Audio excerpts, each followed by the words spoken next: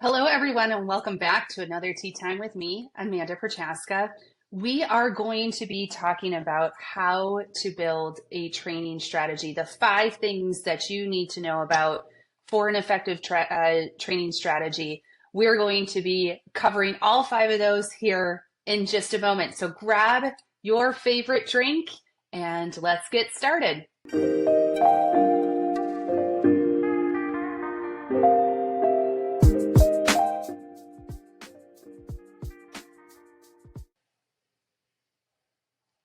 All right. First of all, I'm getting over a head cold, so I have my favorite chocolate drink here this morning with a little bit of heavy cream. Hope you have an amazing drink in front of you too. So what are these 5 different things that you need to be thinking about when building a strategy? The first one is you need to understand everything that you need to cover. This comes from your training or your change impact analysis that can feed into your training. But oftentimes, at least in the projects that we get involved in with Wonder Services, it's a lot of technology deployments. And for some reason, then we think we just need to train on how to transact in the system. When in reality, you have a whole bunch of other things that you need to train on, like policy changes, process changes, how you're going to measure your people, metric changes, data changes. Maybe there's some organizational changes, roles and responsibility changes that we need to point out. And then there's the hard one with training, and that's the cultural changes. Like if we need to re-level expectations around how we're going to operate in the organization. So think about it. Training is an opportunity to really cover a lot of ground, all the way from how to do something in the system to what the expectations are for the organization moving forward. So when you think about that holistically, you might have a different approach to when you're training, how often you're training. We've seen when it's a larger change, we start doing training like really early on for some of those cultural elements, some of maybe the process changes, maybe metric changes, whatnot. Once we understand what those are in the project, we'll start training early so people can get their heads around those aspects. And then as we get a little bit closer, we'll do some other aspects of the training. So that's number 1, understand your scope and don't limit yourself just to the technical training. There could be a lot more there that you need to cover. So number 2, how will people consume the information? So as you probably know, there's all kinds of different training formats. You could do a live in person, you could do a live over Teams, you could do e-learning, you could do a recorded learning, you could do knowledge checks. There's what we call quick reference guides, which are like a 2-page document that someone could just refer to. So there's all kinds of different ways. Micro learnings is a big one too. So what we usually do when we work with our clients is we go through kind of like the complexity and the impact that particular change is going to have. And if you have a very complex change and people really need to understand what's going on, typically we go towards the in-person training, right? So we know that the changes may be going to be hard for people to go through. It's complicated. In-person training or even just live training, so you could do live Q&A right there, is usually preferable. All the way to the other end of the spectrum, which is more of your very straightforward type of change. It might have a limited impact. Maybe the technical transactions are very easy. It's pretty straightforward. You go in, you click a couple buttons, and you're done. That could be a good option for a short micro e-learning course. It could be also for like a quick reference guide that's sent out and said, if you have to do this, this is what you, how you would go about doing that. You could also do a video recording of that quick reference guide so people can actually see the content and how to walk through it in the system during the reporting. So you really need to understand, like, as you're building your strategy, you're going to have probably a gamut of these different things. Super complicated, we're going this way. Super simple, we're going this way. And in the middle, we could do a different combination of all of the above. But I would say that you really need to be strategic about how you want people to consume that information in the best format for them to do so. Okay, so that's item number 2. Item number 3, and I've touched on this a little bit, is when to hold training. Now, I get really passionate about this because for some reason people think it's okay to train like super well and like really, really far in advance. And I think it's a response to people's nervousness, like end users' nervousness or other people's nervousness around, I just don't know what this looks like for me. So they start training really early. Now, there are certain ways to do that. I'll go through that in a second, but the formal training where like people are legitimately going to get hands-on application, they're going to go through the system, really understand what their role is, needs to be as close to when they're going to use it as possible, because we have these little connectors in our brain. This is actually a bit of science here, but we have these connections in our brain. And when we learn something new, a connection is built between in our brain. Okay, so these connections start being created. However, they're fairly weak when you're starting to learn something new, and we need to have repetition over and over and over again to kind of build that up. However, if you're not actually using the training right away, those connections get weaker and weaker and weaker, and they might actually separate, and we have to learn all over again. So we really need to make sure that if you are training, they need to be able to use that training as soon as possible. So I did mention that you could start training earlier. It's a bit of a different format though. So if you are going to do some early training because you have a lot of nervous people, they want to start getting their hands in the system, you can do like some little hands-on sessions with those users. It's not a full-blown training, but maybe you can show them how to do one particular item in the system. Or like I said earlier, you could start training them on process changes or some of the metric changes, data changes, cultural changes. You could even start upskilling them on other things that they're going to need to do because now you have this new system that's maybe shifting their responsibilities a little bit. So don't think of, again, training as, hey, we need to get them in the system, but you could be doing some other training too. But if they demand that they need to get in the system, then you can do very short micro trainings around certain aspects of the system. And usually it's not, you could do it hands-on. You could also just do it in a demo, but they're very short and sweet, concise, like 30-minute trainings, kind of a preview thing. But it also helps kind of get the people to come along with the change if you need to do it that way. Okay, number 4, who will be training?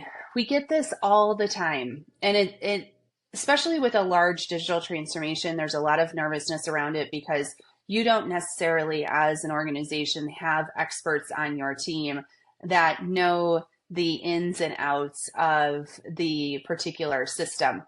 However, well, let me back up. So if you're in that case, a lot of the times we get asked to do the training as the consultant that's helping with the transformation. And I've been there. I've done that as a leader. I totally get it. But long term, I think the best solution is actually to do a good train the trainer program. And there's a difference between a bad train the trainer program. What is the difference? There's a couple of things. So train the trainer, what we usually do is we train the training before UAT, knowing that some things are going to shift, but we want all of our trainers that we've selected to learn the training content, because then we ask them to become testers too in UAT if you have that opportunity. So what does that do? It gives them an understanding of the content, and during that training for Train the Trainer, something that's usually missed is how to actually be a trainer. Not everyone is a natural trainer. So if you have people that are like, hey, they're system experts, but they've never trained before, please make sure in your Train the Trainer training that you train them on how to be a trainer. Makes sense, right? So it's not just the content, but it's how you do the work that makes the difference. So then we do that training, and then we go into our testing. UAT testing is interesting because that's where the trainers actually get hands-on applications. Sorry, and I lost my screen here, so I'm typing at the same time. So the trainers will go into UAT to test the training material, get hands-on application of what they've learned. So we literally have them go through the same scenarios for testing as what's in the training. It's a great way to get your train the trainers up to speed. Then what we do post UAT is we do some sort of reconciliation. If anything came out of UAT that was different than what we trained up front, then we will do kind of like a here's what's changed training. And then we do practice sessions. So practice sessions are really important. And here's why. If you are training for the first time, you're really nervous, you might have some bumps in the content that you need to kind of level out.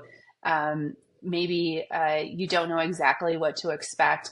The more times you train something, the better you're going to be.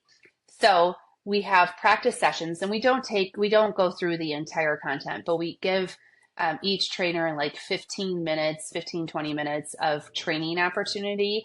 And then the rest of the trainers can critique them, ask questions. Us as the trainer leads, we usually do the same thing where we're like, hey, from a trainer standpoint, you could do X, Y, and Z better, et cetera. So we give them feedback so they can improve, but it gets the jitters out too. So great way to help prepare your trainers or train the trainer. Then what happens is they start doing training. And we make sure that every single day that there's training going on, we get all of the trainers together for just a 30-minute phone call and ask them how things are going. So the trainers report back, hey, I experienced this, I did this, I got this question. And then all of the trainers can learn from each other as they're going through the training itself. So it's worked phenomenally for us. It's so much better than just having one train the trainer and be like, hey, have at it, have fun. Those are the bad train the trainer approaches. So just make sure you give the care to your train the trainers, give them an opportunity to learn how to train, learn the content, apply the content, practice the content before you put them in front of a classroom. Okay, the last one, number 5, is how do you support post-training? So I don't know about you, but I usually don't learn on the first try, especially if it's like something in the system. I need to do it a couple of times before I really get it down. So all the time after training is done, we will have what we call kind of workshop or war rooms. I mean, we've named it all kinds of different things. Q&A forums is another one. So post go live, post training, we actually have these types of sessions where people can come in on an optional basis and ask any question that they have. We'll walk through how to do something. They can bring an example of, hey, I'm doing this for the first time. I don't want to do it wrong. They can bring it to these sessions and go through it with trainers or whoever else is supporting it. We usually have the trainers supporting because they've already built that relationship with some of the trainers. So it's a great way to facilitate that immediate post go live support. Another thing that people don't typically think through because they're so focused on the implementation is how are you going to maintain training moving forward? You're going to have people moving into roles, new people coming into the organization. You're going to have updates to the system.